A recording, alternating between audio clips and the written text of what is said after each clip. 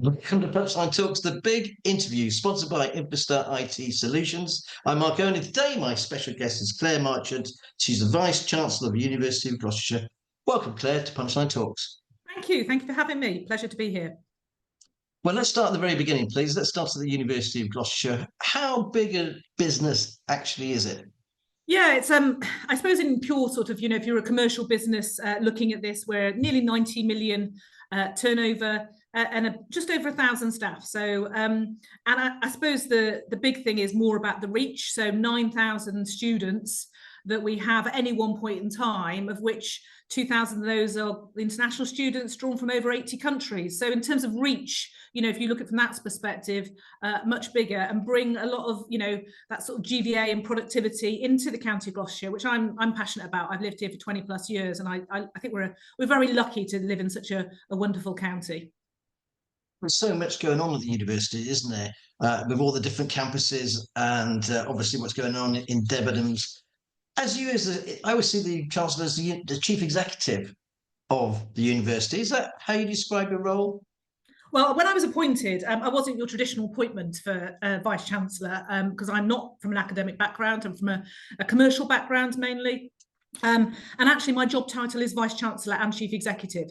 So, they were very clear what they needed, and that's the council, the governing body, was somebody who was going to transform the institution, bring some of that, I suppose, transformation and change expertise, but also commercial expertise. Having said that, I have worked, the last eight or so years in higher education. So I also know higher education, and I suppose what makes me passionate and why I wanted to come for the role was I love students. I see, the massive life transformation that things like university or degree apprenticeship, at a university can make to people's lives. So, particularly if you're talking to first generation students, and sometimes they're mature, but very often 17, 18-year-olds still, you just go, wow, this is just a springboard for you for the rest of your life. And that's, that makes you get out of bed with a bit of a spring in your step every day. I mean, how do you manage it all? Because we've got 9,000 students, got all these different staff with 1,000 staff. I mean, I wouldn't know where to start. I've got 9, and that's enough for me. I mean, so you must have a layer approach of management. Can you explain about that, please? So, I mean, this is my third chief exec role, and so I think you learn a lot from your first one, and probably the key thing is getting the right team in place.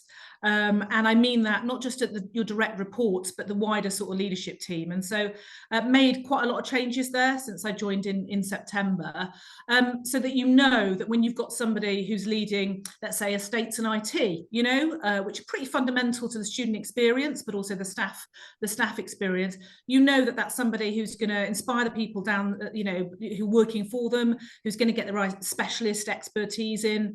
But equally, if I look at our head of business and computing school, she only joined in November, massively brilliant track record, and just getting people like that in and around you, I think that's the starting point. But probably, and I did this, I was appointed in May, June last year, and then only started in September, but I did a lot of background research over that summer, and before I was appointed, and I knew the scale of the challenges in higher education and at this university, and I was sort of up for it. And so knowing what you're going in for is also something, Mark, I think, as well as getting the right people around you. I mean, it's such difficult because obviously we read a lot in the press about the rising costs of university fees, the international students, how important that is actually to universities as well. Is that the case for the University of Gloucestershire as well? Well, in actual fact, I mean, it's not the fees, because of course the fees have been flat around the 9,200 marks for over 10 years now. So in actual fact, the value of the tuition fee for UK students is going down. And that's part of the issue, is that you've got a flat sort of income lever there. The international students are pivotal to most universities in the UK's financial survival. And I would say the discourse around migration generally, but also some policy change changes around international students have really not helped institutions. For this particular university, you've then also got, we've definitely seen, we saw increases over COVID in things like nursing, where, you know, people were all clapping on their doorstep, and, you know, the idea of going into nursing was seen very attractive. Of course, you've had quite a lot of things in the last 18 months that have seen nursing and teaching, which are core to the University of Gloucestershire, people just turn away from it. And that coupled with concerns about cost of living. So, you know, when we speak to students, actually, it's not the tuition fees that worry them. It is, how am I going to live month to month, pay my accommodation, pay my transport costs, my course materials. So that's the sort of stuff that you haven't seen. Whilst you've got lots more 18-year-olds in the population, you just haven't seen that come through in terms of university entrance. So, so yeah, a hugely challenging, I suppose, demand and, you know, financial situation for most UK universities. You also hit the nail on the head earlier, is that, you know, you do have to deal with an awful lot of very young people leaving home for the first time. You know, the parents maybe are getting involved as well. I mean, both my daughters are teachers. Our daughters are teachers going through the system, so I know what that's like. But my goodness, how to deal with young people nowadays? They're not the same when you and I were growing up. If you don't mind me saying. No, absolutely not. And probably I've got a few years on you, but there were definitely less people going to university when I went to university back in 1990. I went into university. So there's more people going, and they are facing a lot more challenges. Cost of living is just one of those, but there's also more choice. And so where do I go? And some of them, I think, you know, certainly at this university, we see 28%, so nearly 30% of students who are declaring some sort of disability. And very often that's something that there's on the mental health side of things. It might be acute anxiety or something like that. So those students are requiring not just the academic support, but the support outside of the classroom. You know, the sort of, we have a counselling service, we have a mental health service, we support students, we have a chaplaincy, you know, a lot of different ways than just in the academic sort of sense. Because you're right, you know, a lot of 17, 18-year-olds, that big step moving away from home is massive and comes with quite a lot of anxiety. So, you know, I always say to students when I speak to them at open days, you've got to pick the right place for you, because, you know, there's not a right place. It's about what makes you feel comfortable. If you feel happy, you are likely to be more productive at university and come out with a, you know, a better degree and a more successful outcome. Okay, let's do the sales pitch then. So if I was a student, what would you be saying? What would you entice me to come to University of Gloucestershire? Well, I'm a great believer. You go where is right for you. But what I say to students in terms of Gloucestershire is, you've got a fantastic part of the world. That's the first thing. Gloucester and Cheltenham, campuses across both. And I just don't think you can pick a nicer part of the world. That's why I've spent 20 plus years here. I think the second thing is, we are absolute in our heritage. And, you know, we've had 200 years that we've been around as colleges before we came a university, is training teachers of the future. You know, so there's some things that are just part of our DNA. And there's other things that are just unique because of where we are. So if you take digital, if you take cybersecurity, if you take data science, you know, being on GCHQ's doorstep and having those interactions with, you know, organisations like, you know, SciAm and Cyber First, really, really important. So I think, you know, and then we've got some internationally renowned arts and creatives, you know, the photography course here is wonderful, journalism wonderful. And then my predecessor was very successful in growing a big health and social care practice here. So I think there's some stuff that's in our heritage, teaching. There's some stuff because of our location we're really good at. And then there's just some stuff that we've really invested in. So, you know, and if you want a pure maths degree or a pure physics degree, we're not for you. You know, we don't do that. But we do some brilliant applied sciences in biomed and things like that. So it really depends what's there for you. And then my third thing I would say, in terms of, you know, your place, you've got the courses, is you've got to feel that the people really care when you come to university, whether you're a mature student or a 17-year-old. And this is 1,000 staff who really, really care. And because of the size, we're not 4,000 staff or 10,000. We talk to each other, we support each other. So that sense of connection's really there. And that's, I mean, I've been here nearly a year. I love the place. There's some brilliant talent, and I can see how much the staff really care. You can get to know all the students yourself, because, you know, things about head teachers. They always know all the teachers. I mean, I can't remember 4 or 5 people I met yesterday. Unfortunately, how do you remember everybody? I'm pretty good at names. I've been spending a lot of time. So if I just take my 1,000 staff, I've probably met well over half of them on an individual basis or something like that over the course of last year. Students, I've got to know. I went to a sort of show and tell for some of our health and social care students the other day, and I struggle to remember all their names, but I remember a few of them. I mentor a student. So there's ways of getting to know students. Coffee queues are brilliant for getting to know people. Hi, I'm Claire. Who are you? What are you doing? So I've always believed water coolers or coffee queues are a great. I drink a lot of coffee, luckily. I would imagine you do. Would imagine you do. Let's talk more about your sort of management style, if that's okay as well. Do you say is the hardest part of being the CEO of an organisation? Um, And I don't want your top 3 tips now, by the way. no, Okay, no, just no, no, no. But right. I think it's quite lonely.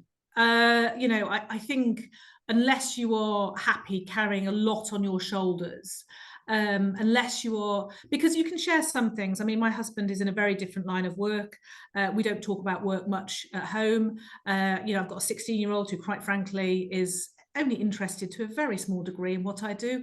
And so I've got a great set of friends, but and that's important. My sets of friends. I love sport, so I do quite a bit of sport. So that brings balance. But if you haven't got that balance, it is acutely lonely. And if you don't surround yourself with people you trust, it can be quite isolated. And of course, if you're too isolated, you make the wrong decisions because you're not talking to people and sharing things. So it's getting that balance, I think. Let's talk about the wrong decisions. What you say was the biggest wrong decision that you Oh, made, I haven't. and what's the biggest wrong decision or what your mistake that you made, and what did you learn from it? um, so I'm going to be a little bit generic, but I think it's an important one. In the past, and certainly when I had my first chief exec role, which was over the border in Worcestershire County Council, I think I underestimated your big appointments. When you make your big appointments, don't settle for second best. Don't ever second for settle best. And because once you've recruited somebody, it's that much harder to get rid of them. And so I think for me, I always say to my team, people who have vacancies for months on end, your single most important task is to get great people around you and then develop and nurture them, because it is the power of your team that will transform the organisation, deliver the objectives, not you as an individual. And leaders who think it's all about them. So it's my biggest regret, I suppose, that sometimes I haven't realised that myself. But here sitting at nearly 52, I've come to realise it, and hopefully don't make so many of those mistakes again.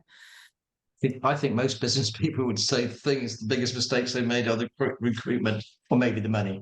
What was I going to ask you? Yes, UCAS. So you came from UCAS. Let's go back to your career, if that's okay. So how long were you at UCAS for? Yeah, I was there for 7. We counted it in summers. It's a bit like Christmases in retail. So 7 summers I was there for. So just under 7 years. And I absolutely loved it. It was a fantastic organisation, still is a fantastic organisation of about 500, 600 people based just across the racecourse, from the racecourse in Cheltenham.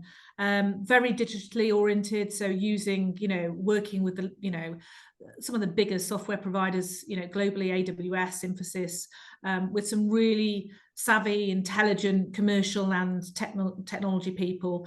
So I loved it, and quite a young organisation, in terms of the demographic. But when you've been somewhere 6 or 7 years, and you've done 7 summers, which are quite high pressured at UCAS, the UK's eye is on you. I wasn't really looking for anything, but quite frankly, I was looking for another challenge. I was thinking about another challenge after 7 summers. But it's a great organisation. We delivered parity on apprenticeships, which I'm very passionate about. Apprenticeships, I really believe they should be a choice of parity, and also some great tools, which means clearing isn't sort of quite the sort of second chance saloon. It's more an opportunity for students to change their mind and make choices. So yeah, loved it, absolutely loved it. And it's nice to leave an organisation, on a real high, and then go on to a new challenge. It must have been really, really difficult during COVID as well, Oh, managing all this. I mean, it was bad anyway for most people, but that must have been horrendous as well. yeah. I This mean, sort I of remember. government pressure.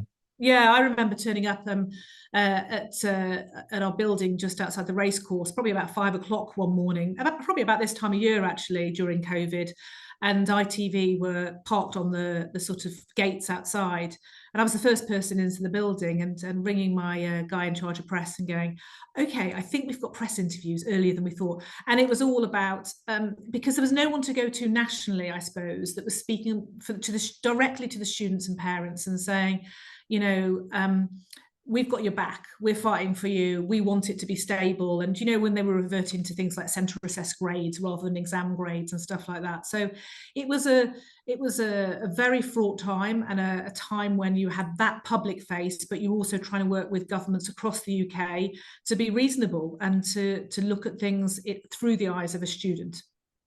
So before UCAS, where were you before that? You said you worked at Worcestershire, yeah, Worcestershire County Council. So I was there for 8 years, and I was latterly 3 or 4 years for as chief exec there. So I mean, how I got into that, I have no idea really, other than I was in a national role. I had my son in 2008. I should remember that. And I was doing a national role, which meant I was going to Leeds and London from Cheltenham every week with an 8-month-old. And I just, sometimes you have to, and a lot of parents will identify with this, but particularly mums. You know, I was breastfeeding on a first class carriage, you know, going through from Cheltenham to Leeds. And that's an interesting experience. And you have to make choices. And I made a choice to step down from that role, take a very big pay cut, and go and work at Worcestershire County Council as a head of change, I think it was called at the time, and then work my way back up more locally. But I have no regrets. It led me to the career I've got today. So, you know, you make decisions in the moment. You've got to go with your gut. No, totally agree. Okay, let's go back a little bit because I think you've got a bit of an accent, but you said you've been in Gloucestershire for 25 years. So where are you from originally, Claire? I'm a bit all over. I was born in Bournemouth, and then I moved to the northwest. My parents moved to the northwest. My dad was a postman, then went on to retrain and be a teacher, and my mum was a mum, and then retrained to be a careers advisor. And so I grew up in Shropshire and Chester. And went to university in Hull, lived for 12 years after graduation in London. So I am a little bit of a mixed bag, if that's an expression. You can share a photograph that you kindly gave me when you were smaller. Okay, hopefully you can see that. It looks like you were a bit of a ballerina at the time. I sort of how regret old? sharing that How now. old? Sorry to be this. How I old were you regret sharing then? that. And Yeah, and how old was I there? I probably I'm probably 7 or 8. I don't know, something like that. But the reason I shared this is because it made me laugh a lot. Because I was awful at ballet. I was absolutely terrible. I probably stuck it. That was probably one of the latter years I stuck it out. I looked quite happy there, but you can see I've got a bit of a tummy, and I've always had a little bit of a tummy. I continue to have a bit of a tummy, probably exacerbated by my love of red wine. But yeah, I was a horrible ballerina. I was just not very good at it. So it has quite probably traumatic memories for me. well, it's funny. My tummy's from red wine as well. I got another photograph you kindly shared me as well. I'm going to give you this one so you can tell us a little bit about this as well. How old are you here? Yeah, I'm younger there, probably 4 or 5, maybe a little bit older, 5 or 6. But this was a dress that my mum made all my clothes, so she made that dress. And I think it's at a birthday party. We lived in a council house when I was growing up for many, many years, but many, very happy years. So, you know, again, no regrets. I think I was probably in my mid-teens by the time my parents bought their first house, but it reminds me of very happy times. So you know from working class people then really who kind of worked yourself up. Yeah, Did you absolutely. say that? Did you say you went to university yourself? Yeah, I went to a university in Hull. So although my parents Sorry, ended up going to university, they were mature students when they went to university. Yeah, there I am with my there you graduation are. certificate. I went 1990 to 1993, history and politics in Hull. Blackadder, I think, quoted Hull as the third great university in the UK or something like that, you know, after Oxford and Cambridge. I think he was being tongue in cheek. But yeah, I loved my time there. And I think for me, I mean, I particularly love the politics element of it. I got into politics in my teens. from quite a working class background in a very, very upper middle class school. And I love the politics part of it. But ultimately, when I graduated, my parents had divorced, we didn't have much money, and I had to go out and get a job. So going into politics wasn't really an option when I graduated age 21. It was do the milk round. I don't know if you remember the milk round, but there was a milk round, and you went round and you did your pitches, and in the end, I think I chose between HR management in Marks and Spencer's. I was offered a role there. Or production management in Rank Hovis McDougall, who do Hovis bread and Kipling cakes and stuff like that. And I remember thinking, which one am I going to get to work with people most? And actually, and HR professionals will tell you this, if you're a HR professional, you see people when you hire them and you fire them, and maybe if you're running a training course, but production management, you manage large groups of people. And my first ever job was a production management trainee, and I was managing a night shift of 400 men, so it lived up to my expectations in terms of, what it was about. How difficult was that? Really. And what was the biggest thing you learned from it? Yeah, so I spent 4 years at Rank Hovis McDougall and sort of was a sort of senior production manager by the time I left. And it really built resilience. It really built resilience, because if you're doing, and I was doing 12-hour night shifts, 5 or 6 days a week, and nights a week rather. Again, love of coffee developed there, because you get through it with coffee, black coffee throughout the night. But I was a 21-year-old. It was a bakery that doesn't exist anymore, very large bakery in Crawley, a largely sort of Italian and Indian contingent. And they were really, really nice to me, the guys on the ground. Some of the shift supervisors weren't so nice. They were a bit threatened, and then I moved to Erith in Kent, which was the biggest bread plant in Europe at the time, which was again very, very different, highly unionised. And you just, people say man up, but there is a little bit of, you develop your grit there, because you've got to fight your corner. I can see why your journey, why you've achieved in some ways what you achieved to look after, manage 400 blokes. Yeah, I would imagine that in those days there wasn't that many women who was the managers. No women on site. That was, there was, I think occasionally there was one woman in our hygiene team, but no, there was many times that I was 12-hour night shift with only men, and me. And you learn to stand up for yourself. And I'll tell you what, I worked a lot of night shifts, being an ex-chef and stuff like that, and it's bloody exhausting. And and you do have to have that inner sort of resilience. I'd like to just talk to you about that picture I showed earlier of you in the university, and then talking about the students that we've got nowadays, and the difference. I think social media has a real big part to play nowadays, as well, as we saw in the riots very recently. But for university students and their mental health, how do you help them manage that? I remember our youngest daughter going to university, and part of it, they didn't mix so well because they didn't have to make friends, because they had all their friends at home that they could talk to on a regular basis. Unlike before, you were thrown the deep end when we were young, there was no telephone. We had to go to a telephone box. Yeah. How do you manage that nowadays? And I do think it's interesting, because I think it's exacerbated a little bit when you're in a multi-campus institution like ourselves. There's not just one campus that you're all, mixing in the cafeteria or something like that. So we have to make a concerted effort as a university and as a students' union to really bring that connection together. So whether that's through some of the campaigns that some of our student union reps run, they've done one on the cost of food and things like that. Cinema nights, I know a lot of international students have attended those, but trying to make much more effort to get them into events and get them connected. I've just come from a session actually on graduations and what more we can do when graduations happen to help with that sense of connection. But you've got to do it from your welcome week on. We call it a welcome week. Used to be called Freshers Week, but a welcome week, and making sure clubs and societies are a big part of that. We run, for an institution of our size, we run over 60, which is, the SU runs over 60, which is a big part of it. And you've got everything from your traditional sports clubs to things like history and, stuff like that in there. So I think just using lots of different tools to make sure people are physically connected as much as digitally connected, that is obviously much, much easier these days. But also having some of that mental health counselling support around people who are finding that transition away from home just that bit more difficult. And we do have students who find it a bit difficult.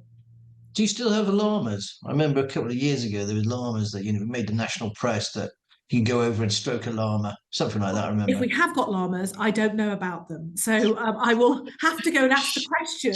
Don't tell her. Don't tell her. If But I someone's know. put llamas It's, in student halls. do you call it Welcome Week rather than Freshers Week because of the sort of connotations of alcohol partying with Freshers Week, or is it trying to move away from that? 'Cause Yeah, I young mean, people don't drink as much as we used to. yeah, I mean, it was changed before I arrived, but I can see why, and I think it's largely, as you say, our student union bars don't they're just not where people go anymore. They might go out in Moo or somewhere like that in Cheltenham, or to the Keys or something like that.